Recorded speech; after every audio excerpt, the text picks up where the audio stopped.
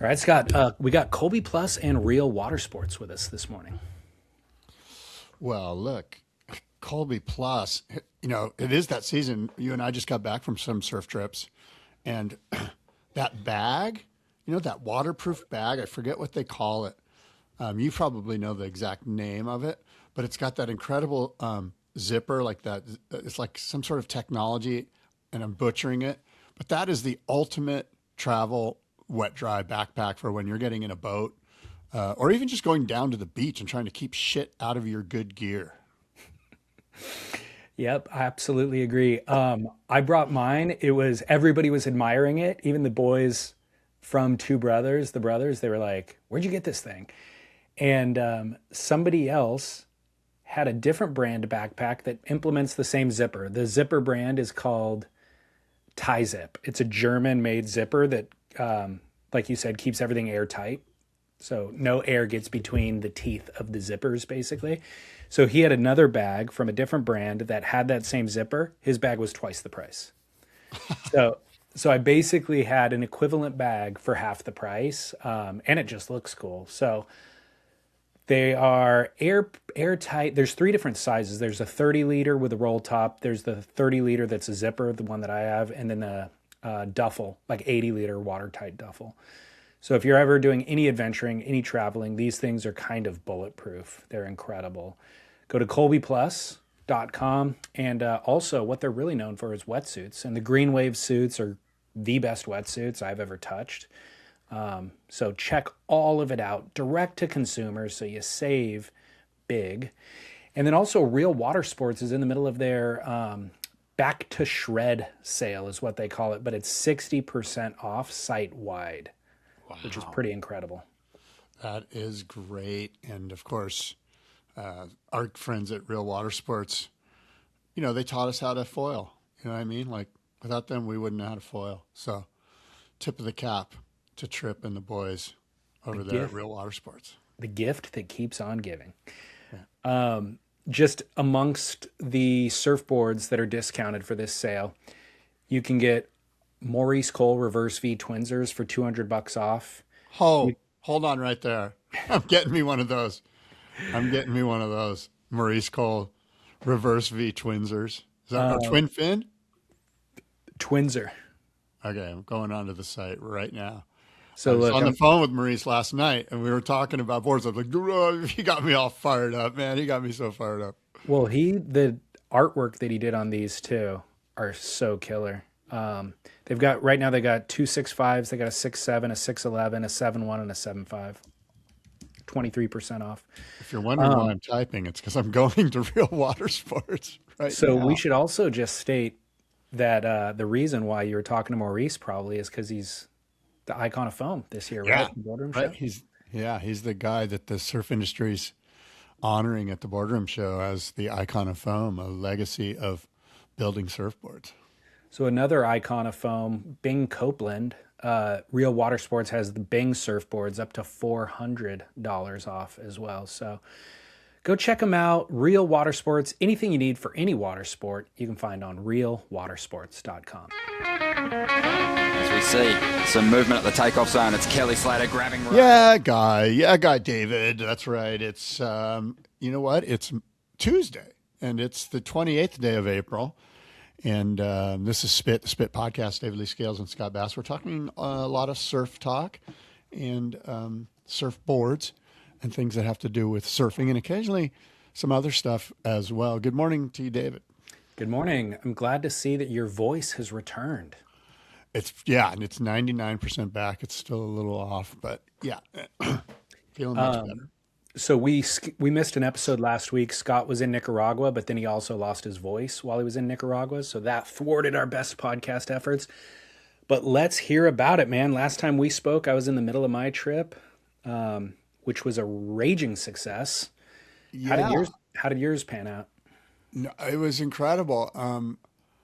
Sorry, I'm just pulling up my notes here. So look, we flew right into solid swell. I mean, we were not for, lack of surf. And so it was straight offshore and 4 to 5 feet with sets of 6 feet. There was one day, I think it was Tuesday or Wednesday, where there was easily solid 8-foot beach break waves coming in with just me and the surf guide in the water, maybe one or two other guys. And, you know, solid throaty peaks up and down the beach. So it was very exciting. It was the kind of surf that I love. Relatively uncrowded, for sure uncrowded at the beach breaks, and plenty of power and oomph and all of that. So the swell was incredible, but above and beyond that, let me just say this, that I was so enamored, I guess, with the sincere and the authentic good vibes from those two brothers, Marsh and Augie, and their significant others, and the staff there. Some people have an inherent nature to be in the hospitality space. And I'll raise my hand right now and say, I'm not one of those. Like, it takes patience. It takes a lot. And I think, like I say, it's inherent. You have to almost be born with that sort of loving spirit. And there's this really incredible customer service from those two brothers that seems to be grounded in good character, which was bestowed upon them by their parents. So I was just blown away by that fact, you know, which is foundational for running a successful any kind of resort, but a surf resort for sure. I mean, they were sincere in their efforts to get you out into the best possible surf you could get in, and they were stoked when you got into it. How long do you think they can sustain it? Because they're 27, which is remarkable, and 31. And I felt entirely the same way you did, but I also felt like, okay, you guys gear up a bunch of energy and then we're here for this week, so you go intense on this week. But it's like, no, they do it 50 plus probably weeks a year. They're doing it for you next week. They did it for a different group the week before, and they're doing it for somebody else this week. So the level of intensity that they deliver is remarkable. Yeah. And like I say, it's sincere. It's not manufactured, and you can tell that kind of thing. You know what I mean? And I just think that, like, it's almost like a tip of the cap to the way they were brought up. You know, 100%. There's just a real sense of good spirit in those two, and in their staff. So that's the one. My big takeaway was that these are really good people. 100%. And I agree with you. I couldn't help continuously thinking about their mom and dad because not only for the things that you said, but the adventurous lifestyle that they raised them with. Those guys have lived more life in 27 and 31 years than most people do in their entire lives. They lived in New Zealand in a car when they were young. They lived in South Africa for a period of time. They've spent half their year throughout their lives in Nicaragua. And when they tell the stories of those early days in Nicaragua, they didn't have any buildings built. They had the property, but they were camping out. And there's obviously snakes, scorpions, like real things. And every story they tell is just full of adventure. And I told you last time we recorded to ask them about the capsizing the boat 10 miles out to sea. Did they ever tell you that story? No, I didn't bring that story up. Okay. It would be the greatest story of anybody's life, or the most heroic, crazy story of anybody's life. But to them, they don't even bring it up because it's just one of probably dozens that they experienced, you know? The short version of that story is Augie and the two other guys on the boat were moments away from death by the time Marsh rescued them hours later after capsizing the boat. And it was a full community effort. Like, they got the whole town involved to send out these rescue missions to go find them 10 miles out to sea. So it's a crazy story, but just one of many from those guys. Yeah, that's amazing. I did hear about the Africanized bees that attacked them when they were like 6 years old. I didn't hear that one. Yeah, just like a crazy freight train of bees coming straight at them to kill them with stings. And they're diving into like the half-built pool with just like a quarter level of like green, murky, crappy water in it that they had to dive in. Crazy. Oh, man. Well, so the lead that we kind of buried is also just how much those guys want us to surf. So again, out the door by 5:30 every morning, at times 5 sessions a day, just enough time to come back and have breakfast and lunch, but not even take a nap or anything like that. Was that your experience as well? Yeah, it was. They're keen to get you in the ocean, and I mean, and that's really what they're asked to do. I mean, when you think about it, when you book a surf trip, you're like I'm going to surf every day, all day. Especially when you're young. And so they make sure they understand that. They're hardcore surfers, so they're like, let's go. Time in the water. And I love that. But I'm also the first one to raise my hand and say, hey, I need to take a break, man. I'm beat up. You guys are beating me up. Well, and then, of course, that's available to you as well. You just stay back and take your nap and do your emails. you're wiser than I am because in hindsight, 5 sessions a day is not, I'm not surfing better or getting more wave. I'm not getting better waves surfing 5 times a day than if I was surfing twice a day.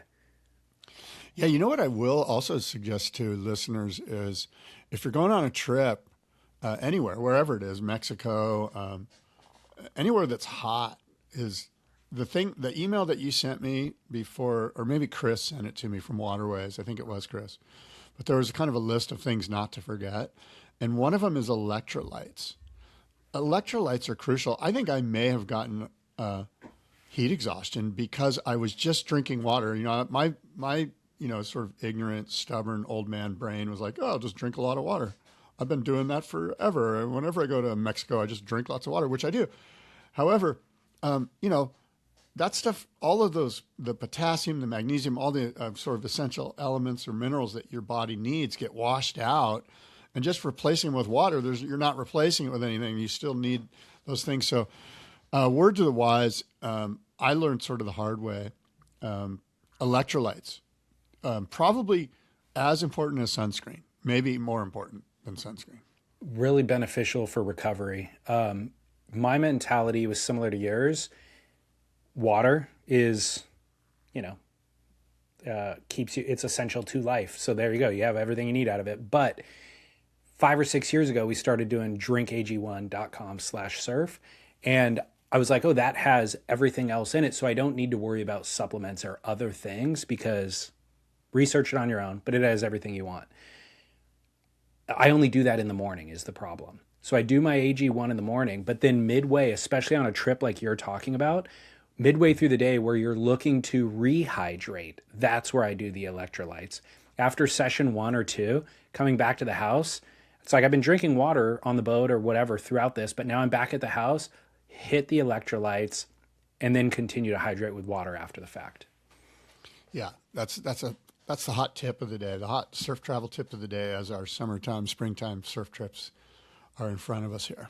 So how sick, we won't mention by name, but how sick is the beach break? And also it makes me wonder, that place has got, Nicaragua as a whole has to have dozens and dozens and dozens of those similar spots. Yeah, it does. And in fact, they took us up to a secret one way past the beach break that you're talking about. And there's huge amounts of coastline that are just, that you can tap into that they might not have a road that accesses the coast. So, and people aren't doing tons of exploration with their boats. And so, yeah, that beach break, that's why I would go there, is to surf that beach break because there's legitimate power and tubes and moments of glory and moments of me going over the falls numerous times. That offshore wind is difficult, man. That's another thing, we don't get that here. Like I'm used to surfing little glassy waves. If it's an offshore wind, it's like 4 miles per hour, not 15 miles per hour. So, this old body had a few moments where I just didn't get over to the top, and then I tried to pull back, and it was too late, and I got launched. So on that day that you said you surfed the beach break where it was maybe 8-foot waves coming through, who was the guide that you were with? And then also, how was the current on that day? Who was the guide? It might have been Augie. I kind of forget which guide I was with. I believe it was Augie. Augie's a great surfer, by the way. But it was pumping, and the current wasn't an issue at all for me. That's good. I mean, it wasn't like you were going. Now there were rip currents that you would avoid, But once you were on either side of the rip current, there wasn't like something taking you either north or south. It was more, I mean, there was a little bit of a current, of course, you know, like, but not The like ri- a massive pull. So the day that we surfed that spot where it was at its biggest, probably similar to what you're talking about, we boated in that day. Usually we drove in so you can get eyes on it from the beach. But this day we boated in, and it was like our second or our third session of the day. It might have been the third session of the day after breakfast. I was so gassed, jumped off the boat, made it to the lineup, but there was all those rips. Like you said, not a current that was like consistent, but rips one way or the other. I spent so much energy just trying to get in position for a wave. And then the waves were double the size. And I was like, and the offshore wind that you're talking about, to where I'm like, I honestly, if the wave comes to me that I want, I don't know that I could scrape into it because I'm using all my energy just to maintain positioning. And the offshore wind is so hard to get into the wave. It was like, again, focus on 2 quality sessions a day rather than 5, because you don't want to find yourself in that moment where you need to be on and you're out of gas. Yeah, no, for sure. And that beach break's unreal. And I'm a big fan of it. And frankly, I'm looking forward to surfing there again. I am too. I already told Chris, I had a call with him, Chris from Waterways. I had a call with him yesterday, and I was like, dude, just book us 2 weeks next year around the same time of year. We're down. Like, we are already committed. Yeah, and I feel like our listeners that went on our trips, I know on my week, they're all fired up on going back. You know, Same. so super fun. Two Brothers Surf Resort, and you can hook up through Waterways, who are the absolute experts in surf travel. They've been doing it for decades, and they're speaking of great customer service. Chris does such a good job. I mean, I had a little travel emergency, and he was right on it, took care of it right away. And all my anxieties were released, and I was once again in a state of serenity. Nice. I also want to hear, how did your one board Quiver decision work out? It worked out great. I absolutely loved the Rusty Twinser that I brought. It had plenty of volume up in the nose, so it got me around, you know, where I needed to get around. As I get older, I need a little bit more.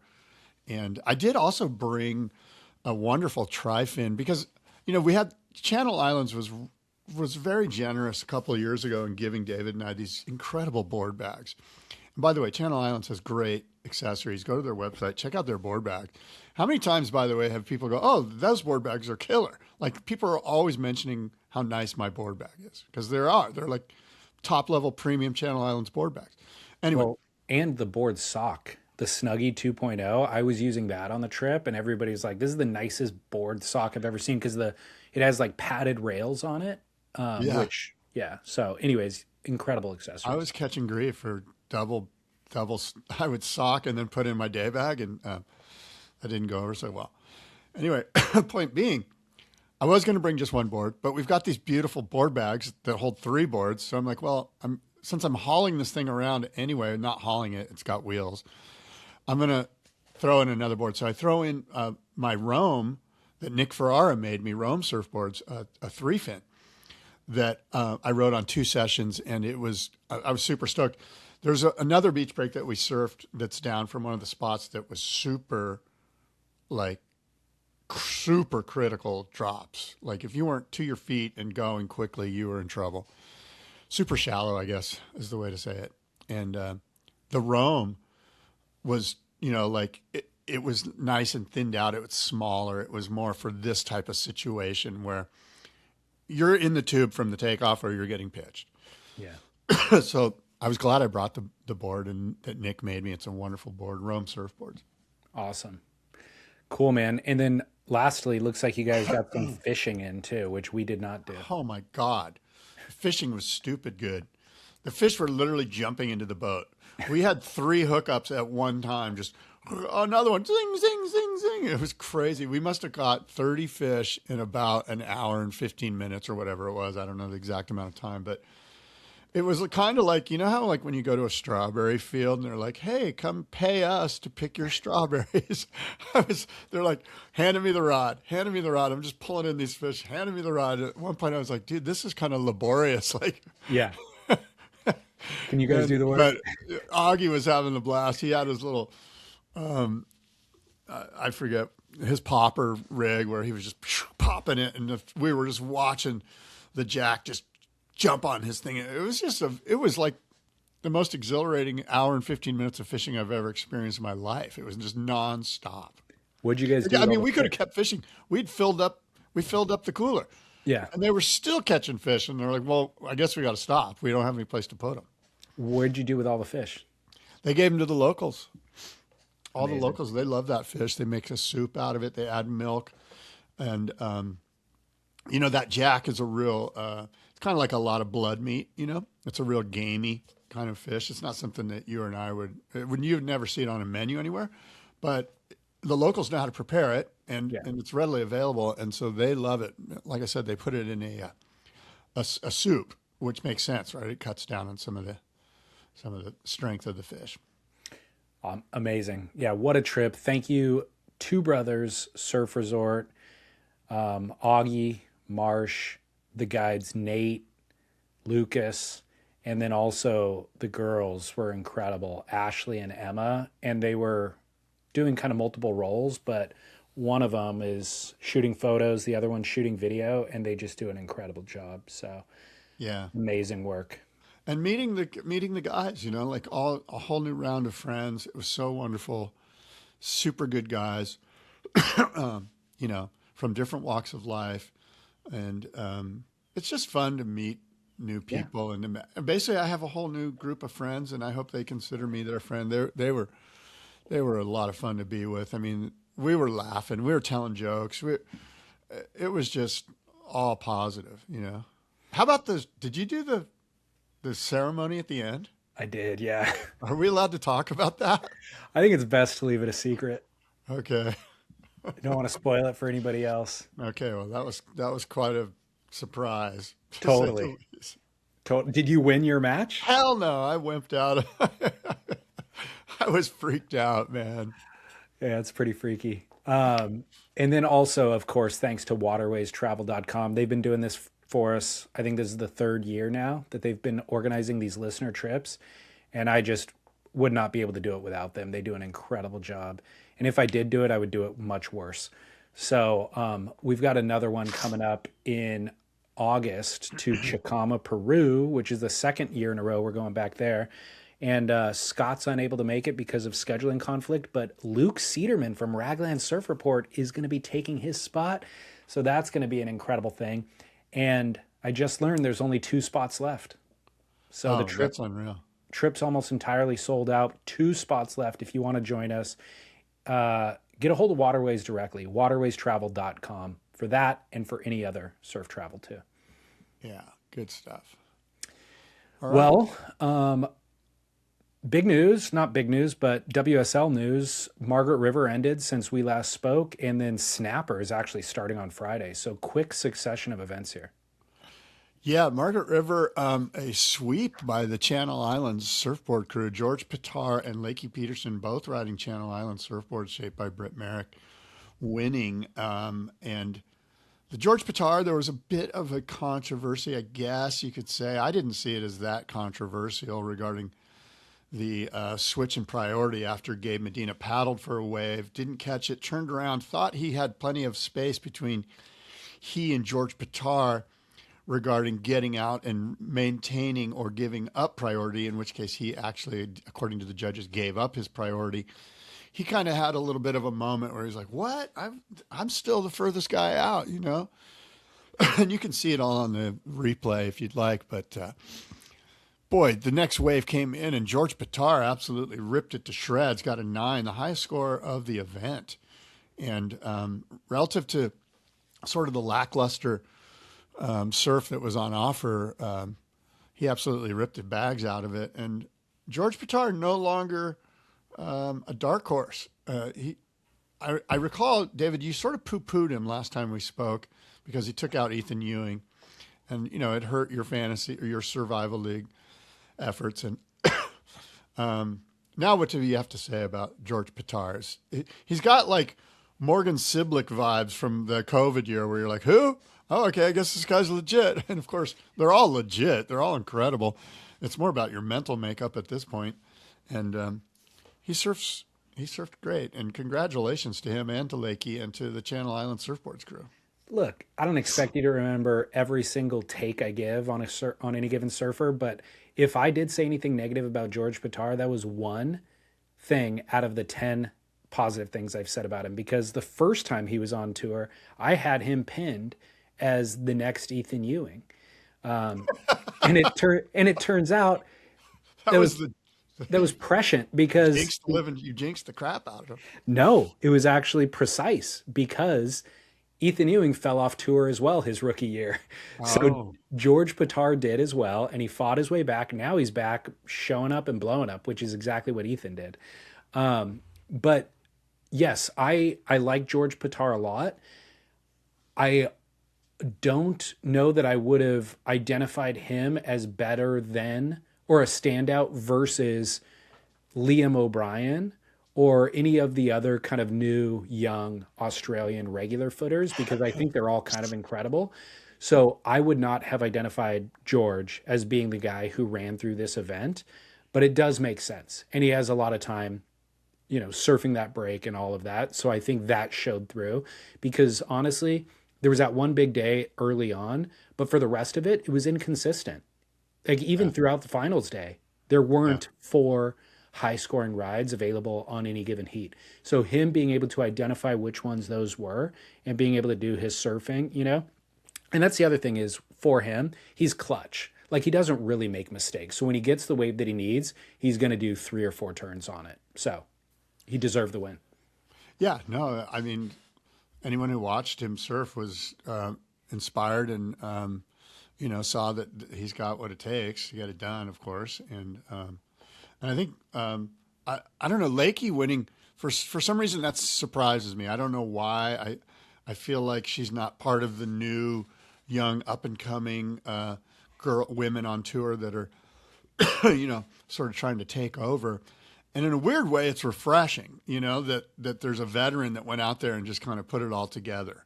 And so tip of the cap to Lakey for basically kind of saying, hey, wait a minute, I'm still here. And you know what? You're going to have to battle through me to, So I feel that Lakey Peterson has never achieved her fullest potential. And in my mind, I categorize her the same way I categorize Kaloe Andino, which is somebody that I love and somebody who's surfing I love. But make no mistake, Kaloe never won an event on tour, which is kind of a shocking statistic for how high his profile was. And also somebody who is, predicted to win world titles. Not only did he not achieve that, but he never even won an event on tour. Lakey, on the other hand, has won events on tour. But what I mean is that her surfing is kind of without flaw. Like she has a very well-rounded game. She was doing airs earlier than a lot of her competitors. She's had all the support of the industry all along. Her fundamentals are so sound. Like great coaching. You cannot identify where the gap is, why she hasn't won a world title.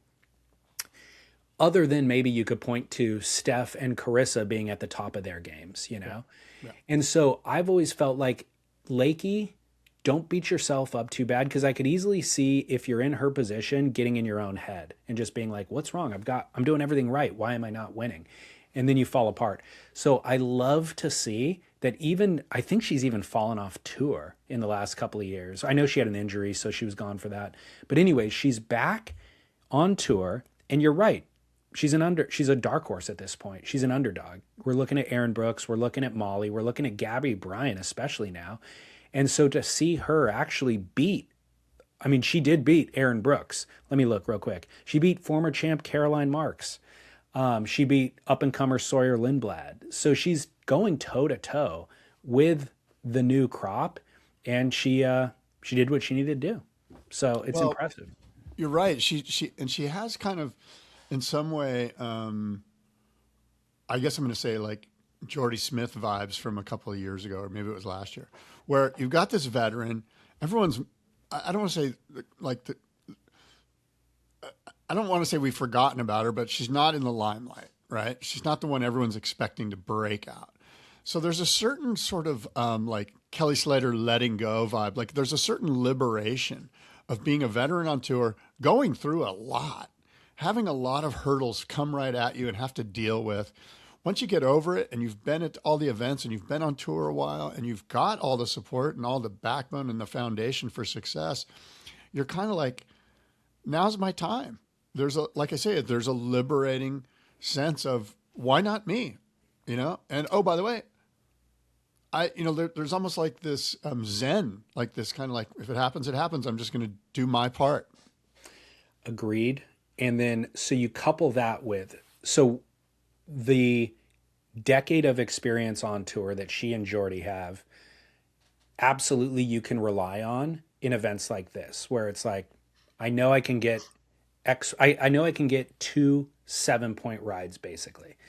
But the other thing that I think benefited both George Pittar and her in this event is their style of surfing for this style of wave.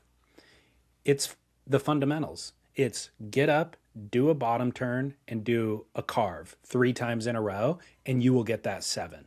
There's no confusion. Don't worry about what the newfangled kids are going to try. That might affect you once you find yourself at Sakurama or even Snapper.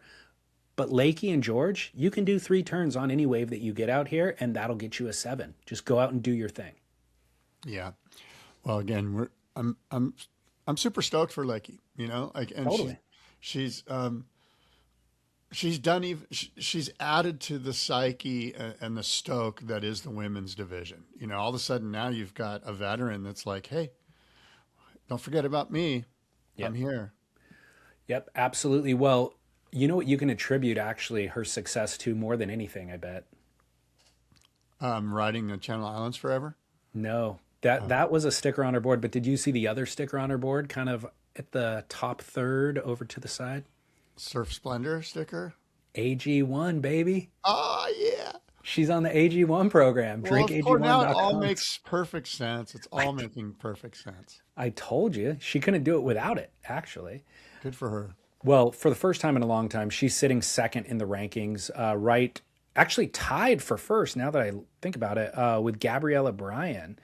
And Gabby looked incredible. Her surfing, she ended up losing to Sarah Lindblad, and she took an equal 5th.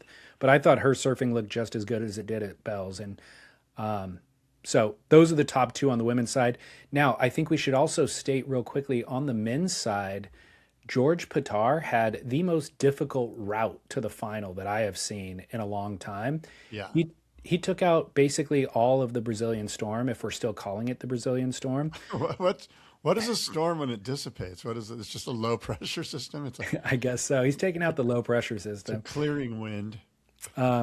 He took out last year's world champ Iago Dora. He took out Italo. He took out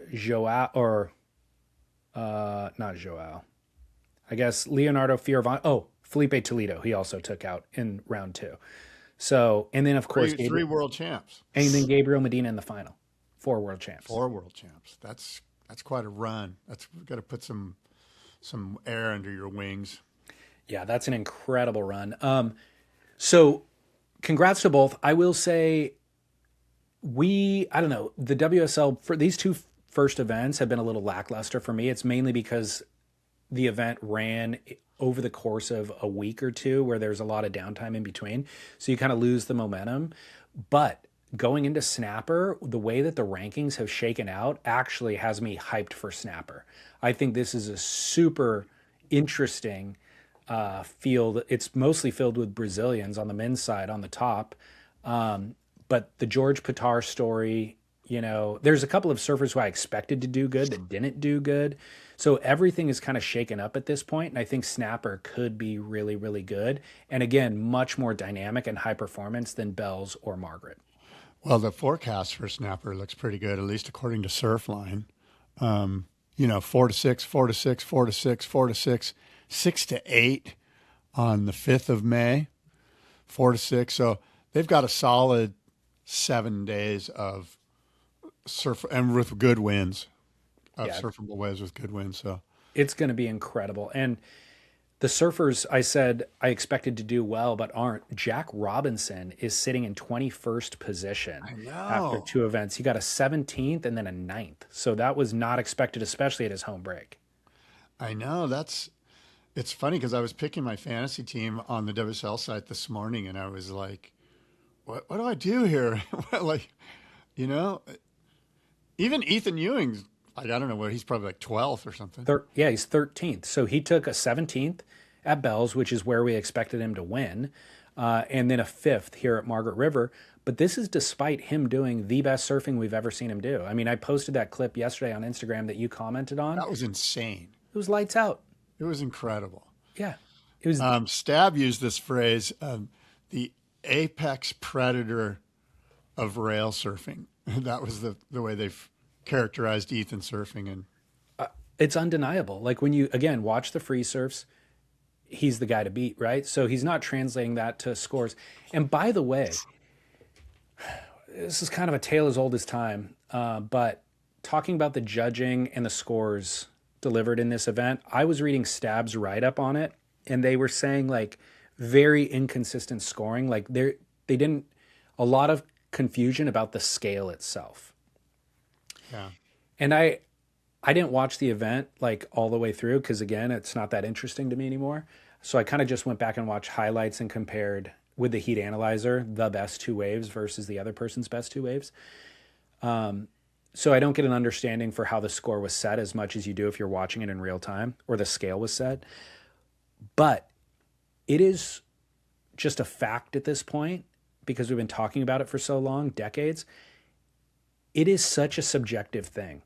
And when I was watching the final actually in real time, and when George got his 9, I was like, that was a pretty average 9. That's probably the most average 9 that we'll see this year, you know? And I guess in the context of this heat, they gave Gabriel Medina a pretty high score for doing 1 turn. So this has to be 2 or 3 points better than that because he did 3 good turns. I get that. But it is, the WSL really has a problem on their hands where we as the viewers don't really understand the judging. The surfers themselves in the water don't fully understand the judging. And it's been going on this way for well over a decade now. no, it's been going on this way for 45 years. Judging has been a problem since the very first, jersey was pulled over somebody's head and the horn blew.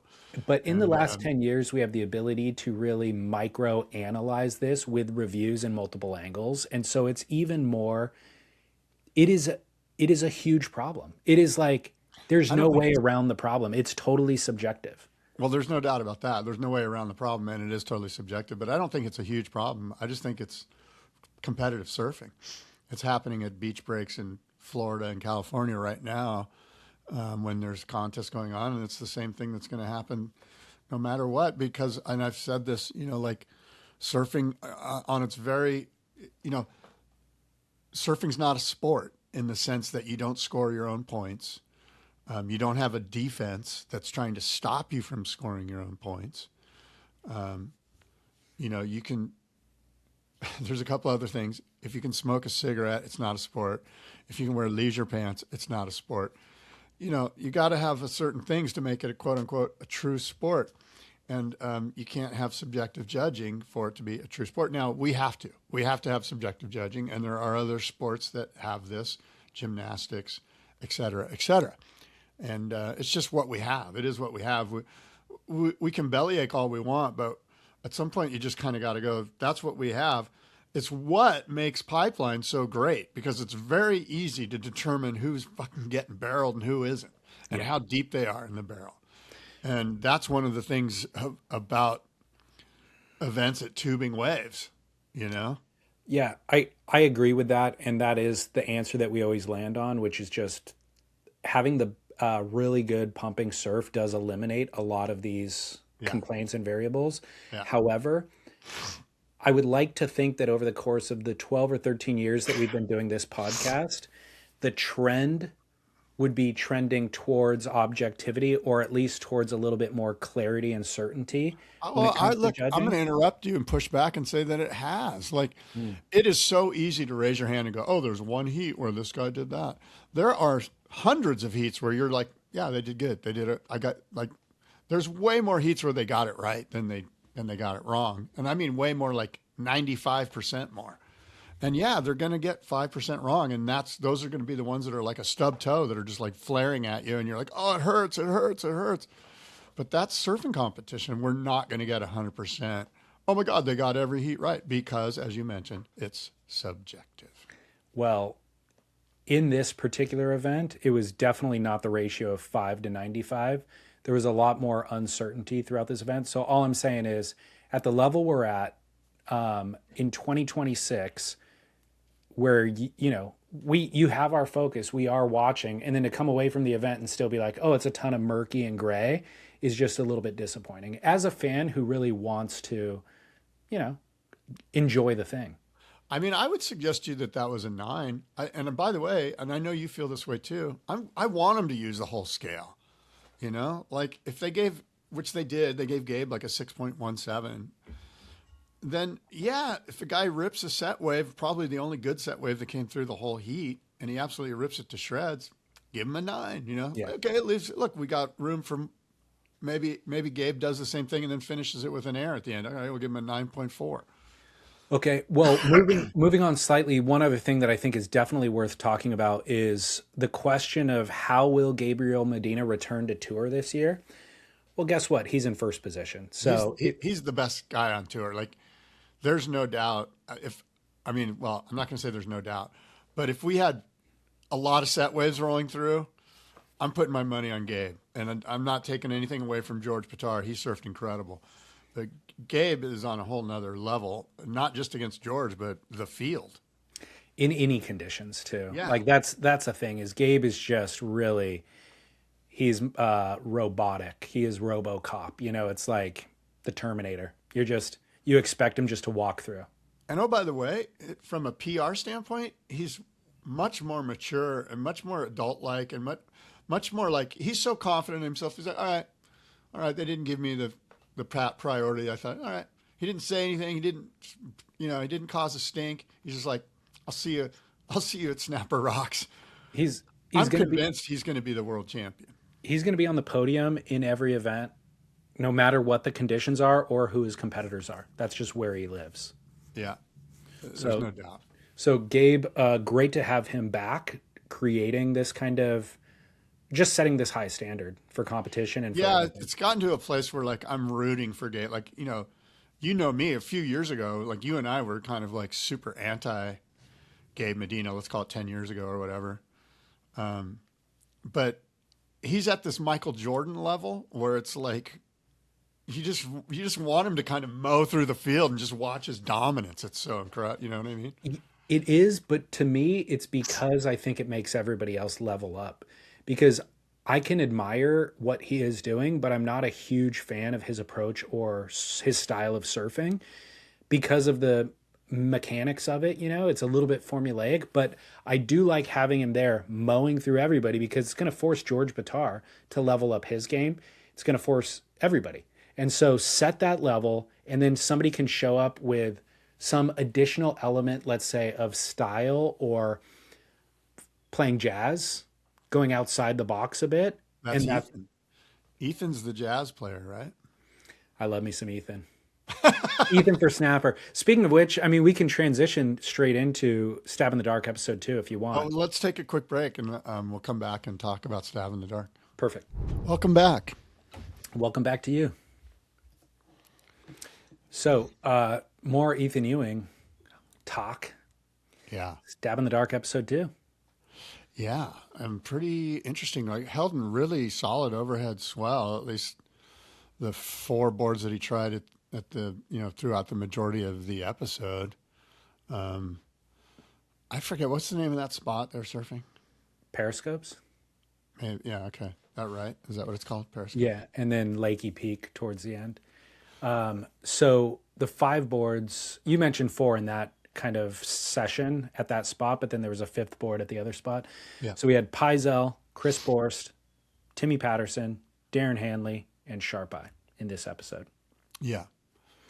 I gotta say, my favorite part about this series, aside from Ethan's surfing, is Taj Burrow's insights. I think he is fantastic to have on screen. Totally agree. Super Totally agree. insightful. Yeah, totally agree.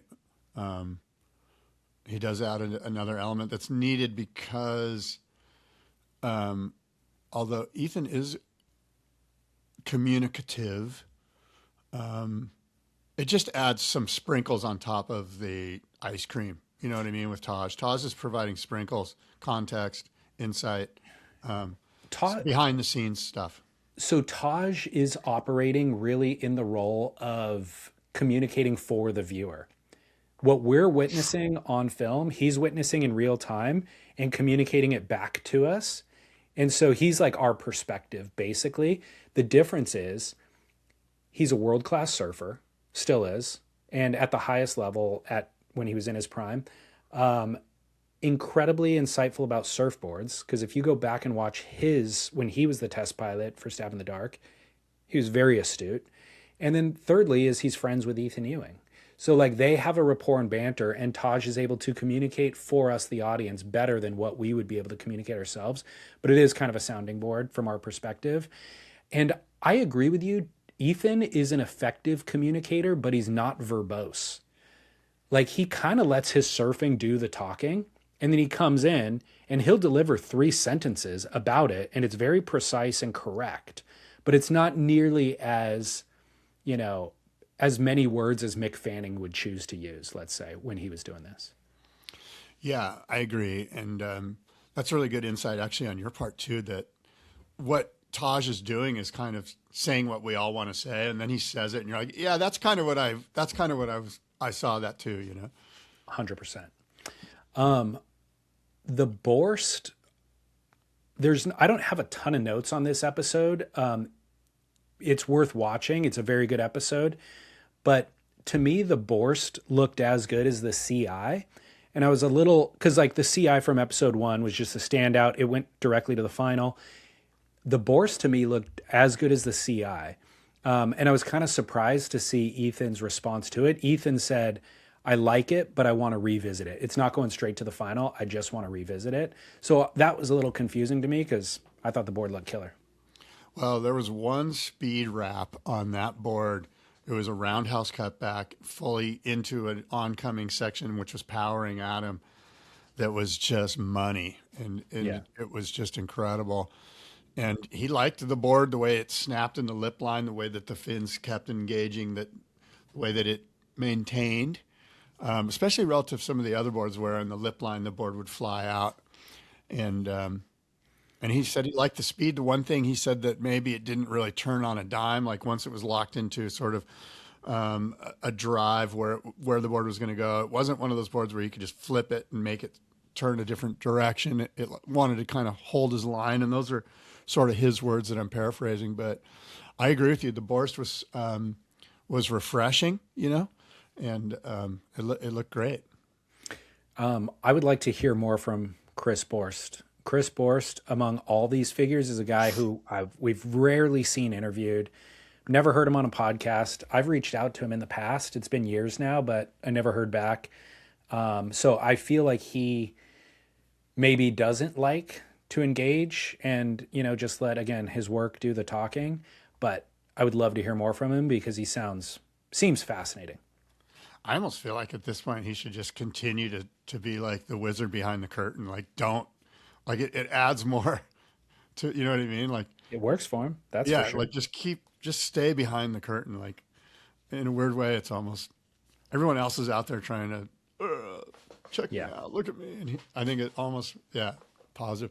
Look, the Timmy Patterson that Ethan used, surfed on, the big like Ethan hacks looked great, but this was a board that struggled in the lip line. He disconnected a few times. These are his words, not mine.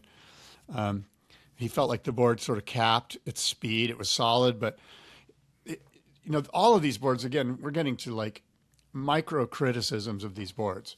And this board, he basically said, look, it was a good board, but I'm looking for exceptional. And this board didn't have that. Nothing like made me psyched to wax it up again, so to speak. So the Timmy Patterson's out. The Paizel, a board that apparently, according to Taj, Ethan's very keen on riding a Paizel and trying a Paizel. And mostly because John Florence is the benchmark of sort of, he actually is the apex predator of rail surfing. And maybe Ethan is 1B if John's 1A. And they rode the Paizel during the peak swell window. And again, more lip line failures. As soon as it touches the lip, it kind of went out of control. And then he creased the board. The board was broken. So that board's out. The Paizel is out, and the Timmy Patterson is out. So a little more specificity with the Paizel. I think he stated that he really wants to ride a Ghost. And this was not the Ghost model. So maybe he'll come back to it, and whatever the hangups were with this board might not be the same if he's riding the Ghost. But I will also say it's unfortunate that Paizel buckled because that gets him out of the competition. But given the level of surfing or the style of surfing that Ethan is doing, the shapers would have been wise to reinforce these boards. I think that Ethan is, look at his body and how muscly he is, especially his lower half. He's producing a level of torque and power that he's putting into these boards that they've never been accustomed to before. Yeah, it's funny, on some level, sort of secret, double top secret, it could be you kind of want your board to crease. You know what I mean? Because you're like, yeah, I didn't win, but he broke my board. It's like almost better. Everyone's like, oh, maybe the board is really killer, just that he creased it. Like, we don't really know. You know what I mean? that might be better than outright losing, but it's not better than making it to the final and winning. He also rode the DHD, and surprise, surprise, Ethan Ewing loved the DHD. It was true to form, and with everything, the lip line, the tail releases, he smashed a few lips on that board. His quote is, "I had so much fun on this board, straight to the final." So the DHD goes to the final, and then the sort of elephant in the room is, will he kick the DHD out of the competition, as has every other stab in the dark except for the Kelly Slater. Correct. And he all but admitted that he knew which one the DHD was too. So that cat's out of the bag already. There's 4 boards that have not been surfed yet: a Mayhem, a Stretch, a Hayden, and a JS. So that's what we will see in next week's episode. And we skipped the Sharp Eye. He surfed the Sharp Eye in the evening session at the end of this episode. He called it a really solid board. It felt solid. He was very happy with the speed, plenty of lip line connection, and that got put into the maybe. So the Borst and the Sharp Eye are maybes. The DHD straight to the final. The Paizel and the Patterson are out. Yep. Good recap. Yeah. So I've done some fine tuning of my Stab in the Dark Legacy Edition, which is going to take place. Does this mean a listener gave you feedback and refined it for you? A little bit. I'm sure you saw the email from Tripp, one of our listeners. And but I had mentioned this, and then he replied to it. But I've refined it. So here are the shapers in the Stab in the Dark Legacy Edition: Rusty, Simon Anderson, Xanadu, Mark Richards, Pat Rawson, Jeff Bushman, Glenn Minami, Eric Arakawa, Rodolfo Klima, Michael Barron, Richie Collins, and Matt Keckley. Wow. Those are your shapers. And the surfer is Rob Machado. Wow. That would be insane. Wouldn't that be cool? Come on. I'm begging for it. I think that would be fun. I think the listeners would enjoy that. Now, for the record, if Stab wants to do this, you don't have to give me any credit. You don't have to just do it. Call it something other than the Legacy Edition. But I think if you make this happen, I think first of all, the shapers deserve it, because these guys can all make boards for top level WSL CT surfers. And second of all, and by the way, I think a few of them still are. Yeah. And I think Rob would be. I was struggling, like with if not Rob, who, and I was kind of struggling. I was thinking about, okay, who are guys like Taj that are now off tour that are exciting? And I was like, maybe it's Parco, and then I'm like, I don't think Parco. I don't know if is Parco even in shape? I sense that Parco. He's competing in like board riders events and stuff, so I get to see him surf fairly regularly on the internet, and he's still absolutely ripping. Okay, so but Rob's a better fit because Rob shapes surfboards. Yeah, and Rob's a pretty good communicator. I think Parco's probably a pretty good communicator too. Who else though? Like it was kind of hard. I was a little bit stuck on who to grab as the surfer that everyone would be excited to see surf, which is important. Yeah, and that can communicate. You nailed it. That's it. Yeah. Well, Scott, in interest of my hard out in a few minutes. Yeah. And by the way, before I get to my must-see moment, I will mention, you just mentioned Pat Rawson, who is formerly featured as an icon of foam at the Boardroom Show. He just got inducted into the Hermosa Beach Walk of Fame, by the way. Exactly. And well done. And I wish I was in town. I would have went up and seen Pat. I believe it was his birthday celebration as well. So happy birthday and congratulations. Well-deserved icon of foam. Dude, it's overdue. Overdue, for sure. My must-see moment, presented by Treeswax, 20% off any order if you use promo code SPIT on treeswax.com. And it comes with a money-back guarantee. And, of course, this is petroleum-free, high-performance surf wax made from rocks and trees. My must-see moment, you're going to think I'm phoning it in because I point to it all the time. But it is John Florence's YouTube series, the most recent episode at Cloudbreak. I am not phoning this in. It continually makes must-see moment because it is the best surf series that we have seen in years, and I believe that we will see in years to come. It is cinematic, it is aspirational, and most importantly, it is the best surfing available to witness on the internet. On top of beyond WSL content, beyond whatever Instagram latest clip is, this John Florence series is the best surfing that you're going to see on the internet. By the way, one of the guys down in Nicaragua purchased the, the Florence, the layer that Nate Florence wears, like the leggings. I don't know what to call them. Are they leggings? Hydro tights. The hydro tights. So I just bought some hydro tights, and I bought a new Florence. My Florence top, I've had it for 4 years. It's ruined. Me too. But I just bought a brand new Florence top, and I bought the hydro tights. Is that the top? This is the top. Yeah. So what are your thoughts on the hydro tights? Am I going to be laughed out of the water wearing my hydro tights on my next surf trip? No, you won't. They're becoming on trend. Stone Cypher's worn them in El Salvador when we were down there, and he was shredding in them. And then also Chris from Waterways recommended them actually before we went down. He goes, dude, those things are a game changer.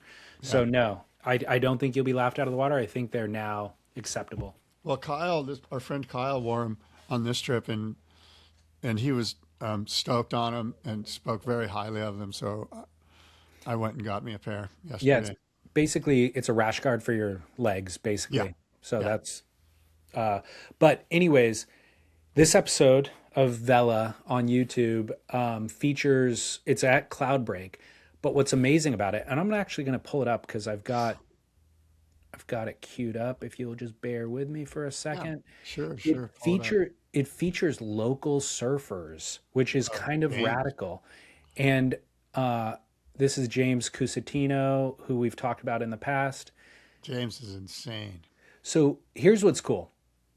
These guys are putting on a clinic at Cloudbreak. And in past WCT events, they'll run a trials event and some locals will make it into the event. And to be perfectly frank, they've always been good surfers, but they're nowhere near the caliber of the trialists that make it through the Pipe Masters or the Chopu event. You know what I mean? Where the Chopu trialists often go on to win the event, and the Pipe Masters trialists often have the opportunity to win the event. That has not been the case at Cloudbreak, but this new batch of locals at Cloudbreak are absolute contenders. They could smoke CT surfers. So I love I love the way that this episode is structured by featuring these guys, getting a little bit more of their backstory because we've started to see them surf. What do you? I'm reading about him driving the boat and bailing water out of the boat at the same time. Well, if I didn't give you enough reason to go watch this, I'll just finalize by saying in this episode, we have the best wave in the world, Cloudbreak. John even says on its day, it's the best wave in the world. Yeah. We have the best surfer in the world in his absolute prime in John Florence. And I don't know if this is going to be the last episode of the VELA series, but it should be. This serves as a finale for me. That's amazing. I mean, Cloudbreak is just amazing. Yeah. What a wave. Anyway, Scott, I got to get going. Thank you, Trees Wax, for the must-see moment. Thank you also, we didn't mention it yet, but Surfrider Foundation. We're just such big fans and supporters. And go to surfrider.org to become a member and just to learn more about the initiatives and what they're up to. Yes, Surfrider, become a member. Do what's right. Come on. Absolutely. All right, look. Until next time, David, adios and aloha. All right.